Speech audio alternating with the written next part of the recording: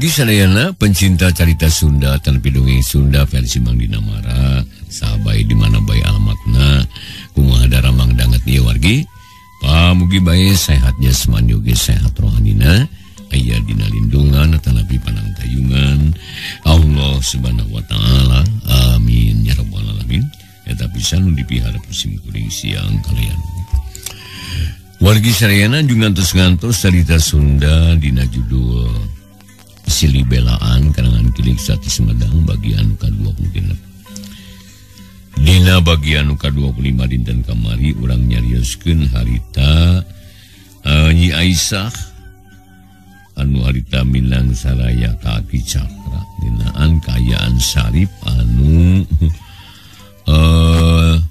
ngahiji jeung siluman teh nya wargi sadayana ditos kawin teh apan ka siluman tah tak kumaha lajengna ieu carita wargi abdi jeung ngadangkeun eta-etang landung Bang Brahmana Silibelaan bagian ke-20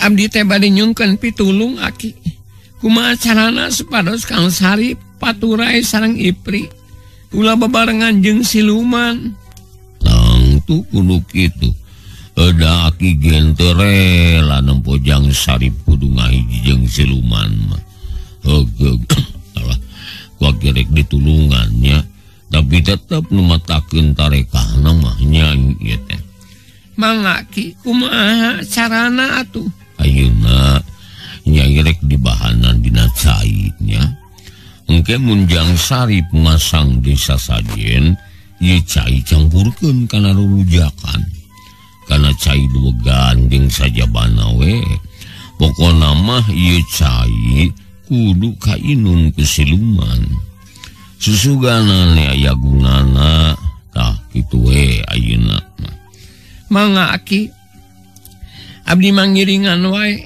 karasan abdi gesok dipiwarang ngadamel sasajen ngan tara diandalkeun ngabantun ka kamar da teu kenging teh Aisyah ngarasa regleg aya asa manggih si jalan anyar.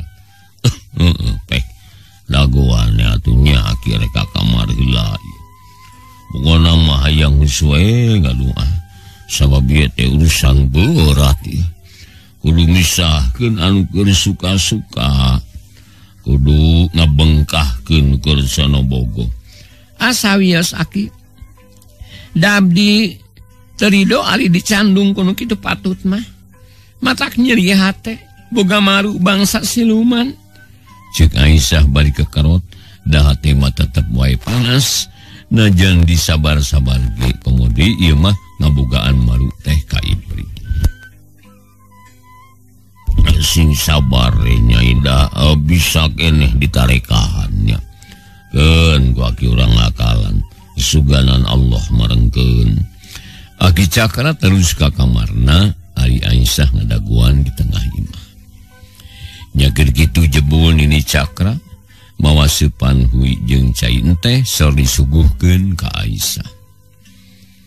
Pek ngaleueut nyai ulah mikiran wae Iprinya. Dan nu kitu mah lain kudu dipikiran atuh, tapi kudu diikhtiaran. Cek Nini Cakra bali benten nyecek Aki Cakra bali seri harita teh. Sumuhun nyamun tiasa marek ditiir siluman gejul teh tah. Kumawani ngagoda ka salaki batur matak cua. Kumaha tah Nini? Aisyah bari ngarelet ka si Nini. Jeung kekerot beungeutna oge geuneuk. Sing sabar gelis dan kitu masuk tibalik sabab adatna beda jeung manusia da puguh ngaranna ge siluman henteu sarua kumaha Nini nya teu sarua sagala rupana ge da mah hiwal ari disaruakeun jeung manusia mah keun nyai ulah mikiran siluman moal kabeurik ku hidep mah anggur mah ngopi kadinya meungpeung haneut mangga Nini atur nuhun. Aisyah jeung Nini Cakra ngalobrol bari harita teh keur ngadaguan Aki Cakra anu keur nampulkeun elmuna pikeun nulungan Sarip. Nya sanggeus rengse Aki Cakra teh bijil nyamperkeun ka Aisyah bari ngajingjing cai sabotol. Nyai, ieu cai campurkeun kana sasajennya. Ade sing api ulah kanyahoan ku Jang Sarip. Engke tungguan hasilna. Na kumaha? Aki sorangan can bisa nangtukeun ieu teh sabab teu bisa ngira-ngira ngan ari mentana mah sangkan Jang Sarip teh bebas we tina kungkungan siluman.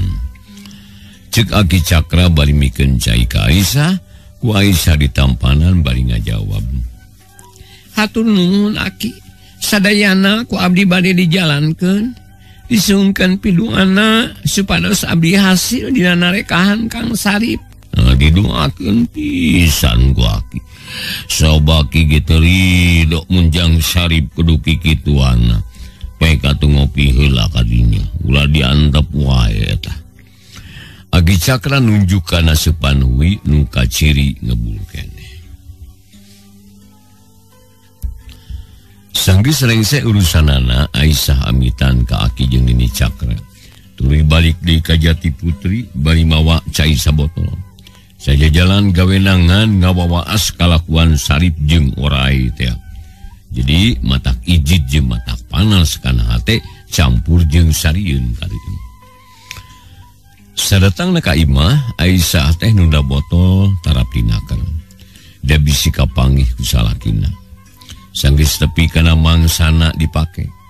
Aisyah teu geuna cicing bisi teu hasil nyampurnakeun cai kana sasajen. Tapi jika geus kitu kuduna poe Kemis pasesore ka Sarip aya nu nyampeur ngajak ka pasar. Kulantaran butuh kapangsa Sarip teh indit padahal geus burit jeung tareh magrib harita teh. Atuh kapaksa nyieun sasajen masrahkeun ka pamajikanana. Sah, akang reka kota heula mumpung aya batur ieu teh. Wayahna pangyieunkeun sasajen sapuratina nya. Da Aisyah ge geus apal meureun. Mun geus anggeus tunda dina meja deukeut kamar akang, ngarangke mun akang datang kari make nya. Kitu ceuk Sarip ka Aisyah, pugawe Aisyah teh asa mobok manggih gorowong, da eta nu keur diarep-arep teh. Mangga Kang keun wae da babari nyieun sasajen mah. Ngan kade lamun reka kota ulah poho meuli tarigu Kang. Nu di imah geus tarebe Kang. Ieu heueuh. Pangna rek indit oge rek bari balanja. Pek atuh akang rek indit teu lanya bisi batur keseleun ngadagoan. Kitu harita ceuk Sarip bari kop kana karung keur wadah balanjaan teh. Mangga Kang, kali sing hati-hati di jalana Kang. Leos harita teh Sarip miang. Malah manehna teu melang teu hariwang. Geus percaya ka pamajikanan satia. Sebab disaprak manehna muhit ka Ipri can kungsi aya kajadianna naon. Jadi matak ti istri herang mata nu matak percaya pisan ka Aisyah. Ari Aisyah meni asa diberi kesempatan. Sarta harita keneh sasadiaan keur sasajen dipigawe ku sorangan dengan del kemudian. Hatena jari deg-degan. Jajantung ratu gawas-gawas rek manggih kariwas. Ya Allah, ya Rabbi, muga-muga usaha abdi sing hasil. Kang Sarip kudu bebas tina cangkreman siluman. Ulah jadi balad setan. Sekate Aisyah bari nyampurkeun cai ti Aki Cakra teh kana sasajen sakur anu make cai mah dicampuran kabeh. Sanggeus sarapti ditunda dina meja nurutkeun papatah ti Sarip. Tuluy beberes di tengah imah bari ngadaguan burit, hatena geus teu sabar hayang geura nyaho kana hasilna. Gancangna carita waktu teh geus tepi ka wanci magrib, torojol Sarip datang maniha heho jiga nama ti jalan gelumpatan sabab geus magrib can mandi-mandi acan. Datang-datang teh babawaan ditunda kop kana anduk leos kacai rek mandi. Sanggeus bersih mandi tuluy disalin ku pakaian bersih malah mah teu poho make minyak kolonyo sagala rupa. Ari teh Aisyah mah keur ngalakonan salat magrib harita. Terus wiridan sunakar. Ari Sarip mah lain salat tapi abus ka kamar panyepen bari nanggeuy baki nu pinuh ku subuh teh. Parupuyan ge sayagi ruhakna manimarah bak. Hampura nyimas, ya kang telat datang ya. Cek Sarip dina hatena, gek diuk dina paranti nunda sasajen. Paledug ngukus haseup menyan melikeun kamulak kaluhur minuhan kamar. Sanggeus ngikrarkeun sasajen kop kana minyak seungit harita dikocrot-kocrotkeun kana bilik jeung tempat sare. Sprei jeung bantal dibeberes, dikebutan, ditatap diusap bakat ku hayang bersih. Bagja teman menyimas buru-buru datang, sarta buru-buru nunda deui duit anu loba. Aing teh hayang meuli di balong ya, nambahan nu geus aya. Aing rek nurutan urang Cikopo, rek megarkeun lauk saloba-lobana. Sajabana ti dagang dahareun, aing ge hayang dagang anak lauk. Cek Sarip ngomong sorangan lalaunan, gek diuk dina sisi kasur, panona melong kana haseup menyanu terus mulak minuhan kamar. Harita teh malam Jumaah, kayaan geus jempling asa beda pisan ti Sarip. Di luar ukur kadenge sora jangkrik jeung gaang. Sakapeung aya sora cicir di bibir imah. Jalma mah teu kadenge kawas anu sungkan liar. Ari Sarip harita teu ngeunah cicing jeung nangtung karalang kuriling di jero kamar. Gek deui diuk dina sisi kasur. Tapi teu lila geus nangtung deui murupanto. Tapi teu kaluar koloyong dikadikeun sasajen gek diuk mani andekak sila ipis. Di luar beki poek langit ngadadak angkeub bentang ge taya nu tembong. Dina kayan kitu kalembur Jati Putri aya nu ngabulu-buru hurung ti langit ragrag gatang alembur jiga hantu anu ngabarasa. Harita Aisyah keur menerkeun pantotopas anu can rekep, malena ngajenghok nempun ngabulu-bur teh. Jantungna mani ratu, hate pating sareblak, jaba bulu punduk mani muriding pating saria. Aeh, nah naon eta nu ngabulu-bur? Palang siang setan nu malakayangan tarek neangan mangsa. Mangkaning malam Jumaah, tang tuluy setan nu malakayangan ieu. Cek Aisyah harita buru-buru ka tengah imah, gek diuk dina kursi pikiranna kumalayang kanu teu tubuh. Ras manina inget kana pagaweanana. Cai sabotol geus beak dipake nyampuran sasajen. Ras inget ka salakina nu geus ngahep-hep di kamarna teu marire ka pamajikan anu ngan sorangan. Aisyah sedih lantaran eueuh batur nyarita asa dijauhan ku salaki, asa aya nu ngarebut. Kajadian sawatara peuting ka tukang kacipta keneh. Sarip keur ngagugulung orai gede nu tangtuna ge katempo ku Sarip mah lain orai. Da buktina mani ngahenen. Cacakan namun Sarip diga Aisyah mah tatampuanana tangtu jejeritan menta tulung sieun ku orai. Nah, ari Kang Sarip, kalakuan teh nepi ka kitu. Pananya teh teu kasasar pikir. Hanas ku aing dipercaya.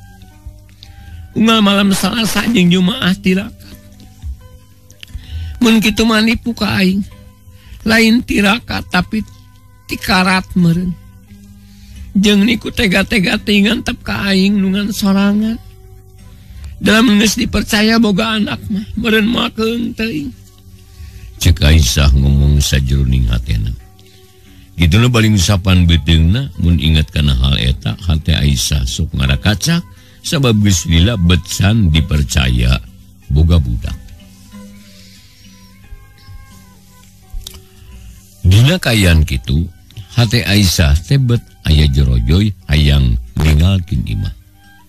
Rek milu ngendong ka imah biuci. tapi kaluarna teu wani bisi ayana naon nu tumiba mangkaning tadi geges nempo anu pikasieun. Ari cicing wae di imah teu kuat ku keung, asa jauh ti tatangga, asa cicing di astana sabab batur nyarita tungtung nabus ka kamar ngabulan maneh ku simbut bari ngarengkol di enggon.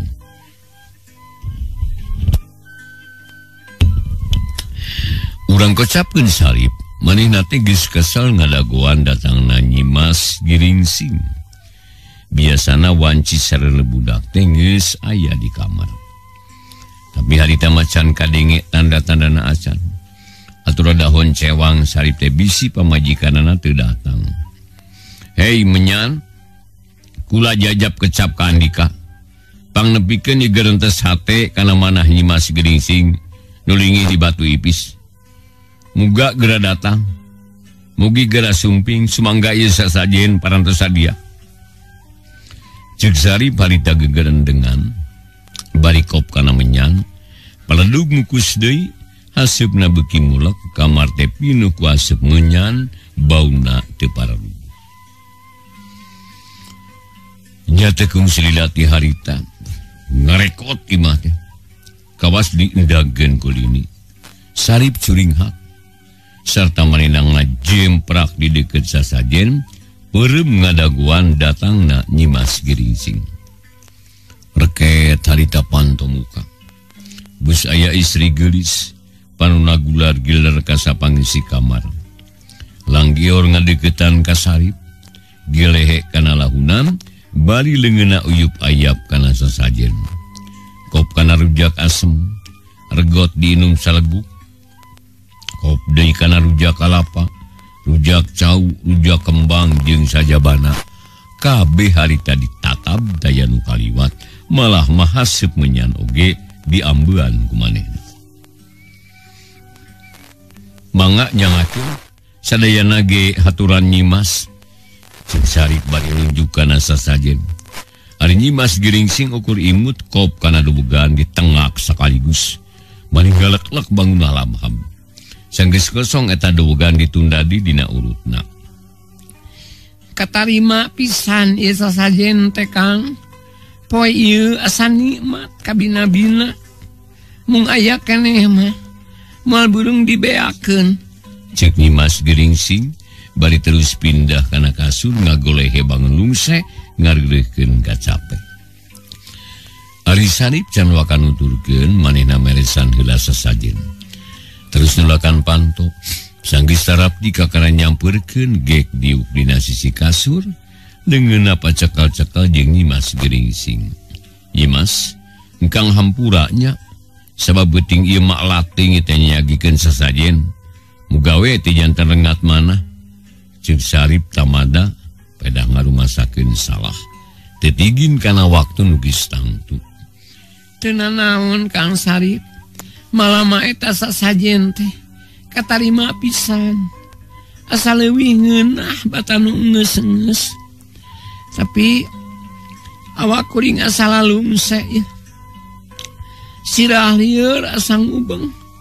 Bumi alam asa ngajuralit. Ceuk Nyimas Giringsing harita bari mencet antarangna, peureum bari ngararasakeun ka capek. Mimitina mah disangka lungse balas rempang jauh. Tapi bekilila kalaka beki leuleus, teu kuat diuk-diuk acan Sarip leuwas sok sieun kumaha onam. Be, nah aku naon atuh Nyimas?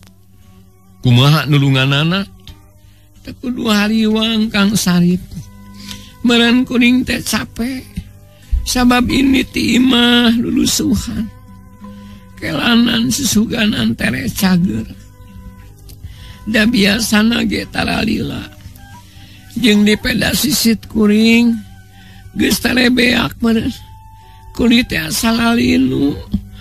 Ceuk Nyimas bari gulang-guling. Tulang tonggongna asa nyeri, bikilila beuki karasa nyerina, dibawa usik ge nyeri. Nyimas, naon ku dipilampah ku akang atuh? Ceuk Sarip samar polah. Bingung nempo Nyimas Giringsing nu bangun ripuh. Katempo ku Sarip mah beungeutna pias, panonna ceuleuyeuk teu seger cara Sarip. Atuh peuting eta mah Sarip teh kapaksa kudu mencetan Nyimas Giringsing.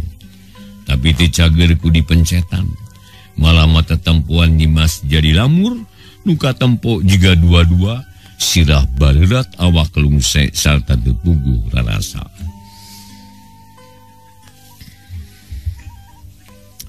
Dina kaayaan kitu di luar ngaradak aya angin anu ngaguru handaruan.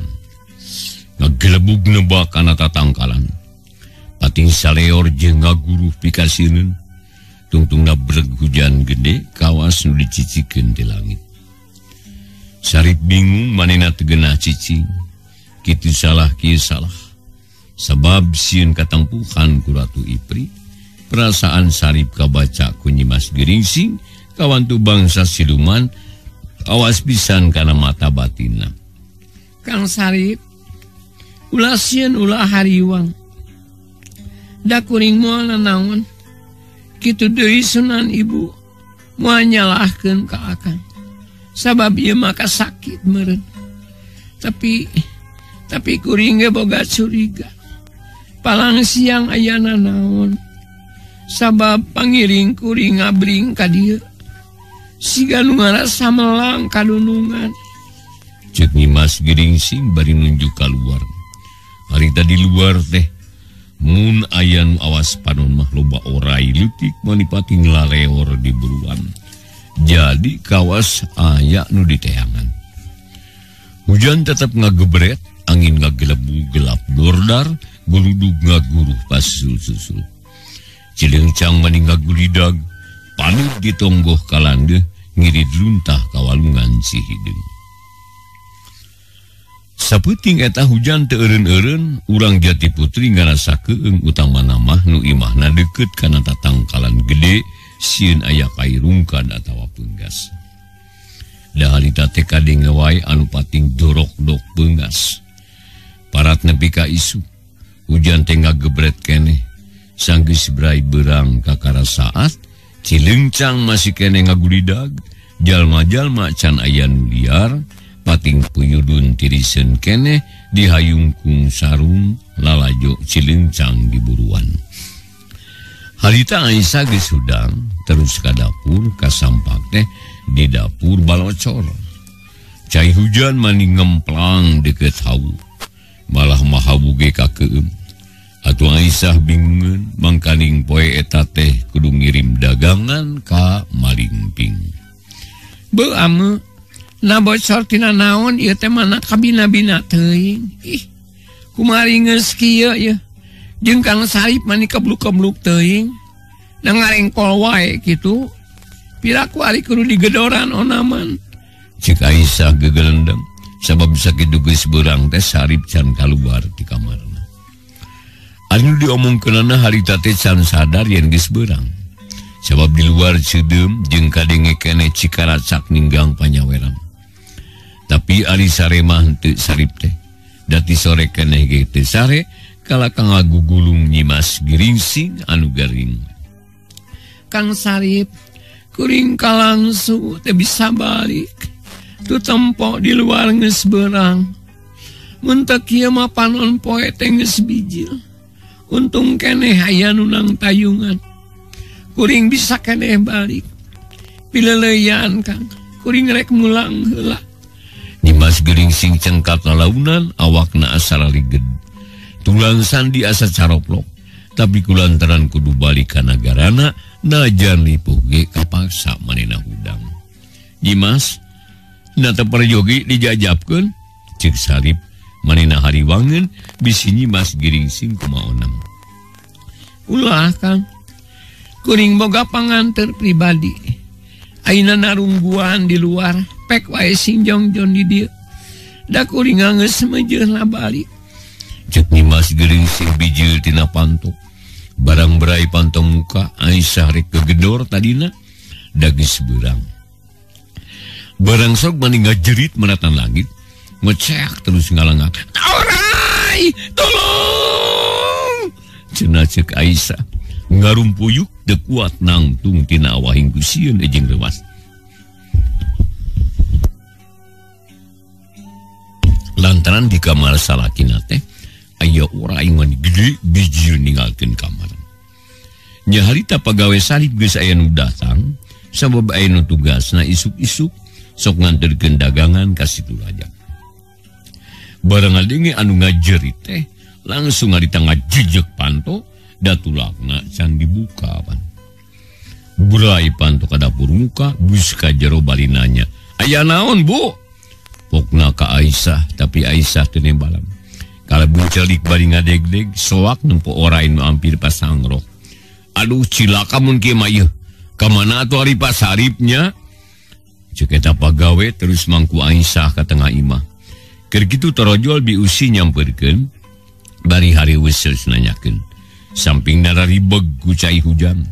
Bareng jeung kitu Sarip ge bijil ti kamar, beungeutna pias sirahna asa berat da puguh sapeuting jeput teu sare. "Aya naon ieu teh, Bi? Aya naon ieu teh?"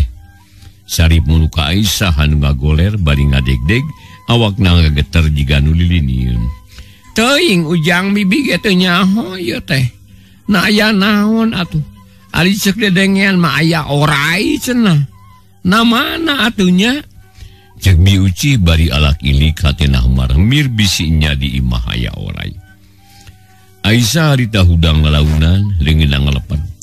Nguntang ka bi usih teu waniun ngadeuketan ka salakina. Malah jiga-jiga nu sieun manehna teh. Atuh Sarip ge heran lantaran pamajikanana kawas nembung padeukeut jeung manehna. "Bi, kunaon atuh Aisyah teh teh? Na isu keneh bet geus kieu geuning?" Ceuk Sarip bari ngahuleng, manehna jadi bingung ngabandungan pamolah Aisyah. Ari bi uci teu bisa buru-buru ngajawab, da buguh manehna ge bingung. Harita Aisyah dirangkul terus ditanya lalaunan, "Nyai, aya naon ieu teh nu sanyana? Mangi naon di dapur teh? Na nya aya orai?" "Bi, sieun Bi, mani ngaburingkal. Matana bolotos. Sieun Bi, sieun kalebis ngalag-lag." Cek Aisyah bari nungkupan beungeutna. Ngubus kana dada bi usi. Sanggeus ka Imah Sarip, punten sedengkeun ka Imah Sarip harita teh jujol loba nu nempo. Lantaran tadi pada ngadenge anu ngajerit teh. Malah Mang Kohar ge aya terus nanya ka Aisyah, "Nyi, ieu Mang pun Kohar ieu rek nanya ka Nyai. Nah, aya naon ieu teh nu sanyana? Mang teh reuwas ieu. Bisi Nyai aya nu ngaganggu." Kitu ceuk Mang Kohar terus nu sajen ge nanya maniraung pada hayang nyaho kana naon-naon anu kaalaman ku Aisyah. "Mang Kohar, kuring tulungan Mang. Di kamar aya orai gede Mang. Matana sagede peureup Mang." Ceuk Aisyah harita bari ngasorkeun peureup kana beungeut Mang Kohar. Atuh Mang Kohar karung bari mundur da irungna sieun kadupa ku peureup Aisyah. "Aeh, na orai di mana Nyai? Cik urang teh yang ku Mang." "Kamar itu tuh, kamar itu Mang." Aisyah nunjuk ka kamar panyepen. Atuh Sarip man ngajenghok manehna kaget ngadenge jawaban pamajikanna teh. Sabab asa nyentug pisan kana jantung. Tapi Sarip teu ngomong, manehna ukur ngahuleng teu pipilueun nyarita. Ari Mang Kohar harita langsung indit rek nempo ka kamar Sarip bisinya aya orai. Puguh bae Sarip jadi bingung, rek nyaram teu wani ari teu dicaram tangtu tempat paranti manehna bakal kanyahoan ku Mang Kohar. Tungtuna Sarip nuturkeun harita pandiri. Bari ngadoa dina hate sangkan di kamar ulah aya nanaon. Bus Mang Kohar ka kamar alak ilik kana kolong ranjang tumpat tempo ka pojok tapi teu aya orai. Teu aya cak acan. Mang Kohar kaluar di ti kamar dipegat harita ku Sarip. "Aya oraina Mang?" ceuk Sarip. "Ah, jang belut-belut acan. Boro-boro orai gede jigana mangalinur si Nyai teh meureun." Mang Kohar murudi ka Aisyah. Sarip ngicelik pandeuri, hatena jadi tagiwur rusiahna sieun kanyahoan ku umum. "Di kamar mah teu aya orai Nyai, aman teh anu matak sieun. Cik emut-emut nah Nyai teh lain ngalinur kitu." Cik Mang Kohar sabada aya hareupeun nu ngaliung. "Lain di kamar Mang, tapi kaluar ti kamar ngagulusur ka kolong. Aisyah nunjuk ka kolong benget napias sabab orai nu tadi kacipta keneh matak dengdeleun ka kolong mangga panasaran hayu urang teang cek Mang Kohar bari terus keluar ti kamar dituturkeun ku baturna tiluan. Ali salib temilu turun manehna teu ngarasa perlu ali ka kolong mah atuh cicing we di dinya panonna melong ka Aisyah nu masih kena dicekelan ku biij. Kosapkeun Mang Kohar harita tempat nempo ka kolong nyidik-nyidik kanu buni bisi nyemput handapeun tumpukan kai. Lantaran di kolong teh loba kai jeung awi surat menang masian.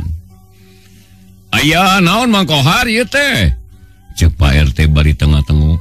Ari Mang Kohar teu nembalam, manehna manggih tetempuan matak curiga sabab aya nu ngalemeng hideung handapeun tumpukan kai. Pak RT, ka dieu. Cek Mang Kohar sanggih sadalila. Atuh torojol Pak RT nyampeurkeun terus noong ka kolong nurutan Mang Kohar. Aya naon ieu teh Mang? Tuh tingali handapeun tumpukan kai. Naon nu ngalemeng? Can sidik Mang ieu. Pak RT ngolohok. Tapi panonna kalah buburi nyayan sarta asa aya nu ngahalangan. Tungtungna kekereuceuman terus tengkat bari ngagorowok ka anakna menta batre. Tegun selila terojol aya nu mau batre terus dipake nyorotan ka kolong. Barang breh Pak RT mani ngagebeg. Sakujur awak pating sariak panas tiris tuluy mundur bari ngaberi gidig pugu bae Mang Kohar gereuwas milu cengkat setengah luncat pok nanya. Aya naon Pak RT? Oh, orai gede sagede drum jiga nama. Cek Pak RT harita padu disada bakat ku gempeur. Orai nu ngajepat di kolong kacipta keneh dina panonna semu batik jeung herang. Aya orai sagede drum. Sagede drum dedengean teh. Drum sardencis gitu. Ih, Mang Kohar tu tampok sorangan, tabatrean lah. Kuring asieun bisi nyamar mani gede emang. Pak RT biberi gidigan bulu punduk pating sariak. Ari Mang Kohar panasaran manehna ngadepung deui ka kolong. Ngan ada anggang ayeuna mah. Jadi manehna teu wani muntang kana lintar, kebetulan kana lincar. Da bisi nya aya orai. Balasat cahaya baterai ka kolong imah. Beresidik pisan aya orai manis sereg saandapeun temukan kai gede da pugu orai nalintuh. Masya Allah, nyaan aya orai Pak RT, kumaha atuh? Rek wani newak orai segede kitu? Cek Mang Kohar rada cangcaya, sabab teu pati wani ari kudu muru orai segede kitu mah. Lain urusan wani jeung henteu na Mang. Nu penting mah eta orai teh kudu nyingkah di ieu tempat. Sabab ngabahayakeun eta teh. Bisi nyapluk barudak atawa ingon-ingon. Sok ayeuna mah urang kepung Mang Kohar. Takol-kokol sakalian ngara karumpul. Cek Pak RT ngajak ngoro orai atuh Mang Kohar satujueun lantaran waktosna wargi selena teh nya kapan. Rupina dipungkas disekapeundikeun ka dieu we heula carita Sunda dina judul Silih Belaan karangan Kilik Sati Sumedang nyata bagian anu ka 26 wargi selena. Kemudian cerita Sunda tiasa katampi kalian kamingahan. Insyaallah Silih Belaan bagian ka 27 enjing na waktu susami pamugi urang sadaya tiasa ditepang dangkeun deui. Sakali dinu mancen sim kuring mangdina marang ngahaturkeun nuhun keberatasanana. Wilujeng paturai. Wassalamualaikum warahmatullahi wabarakatuh.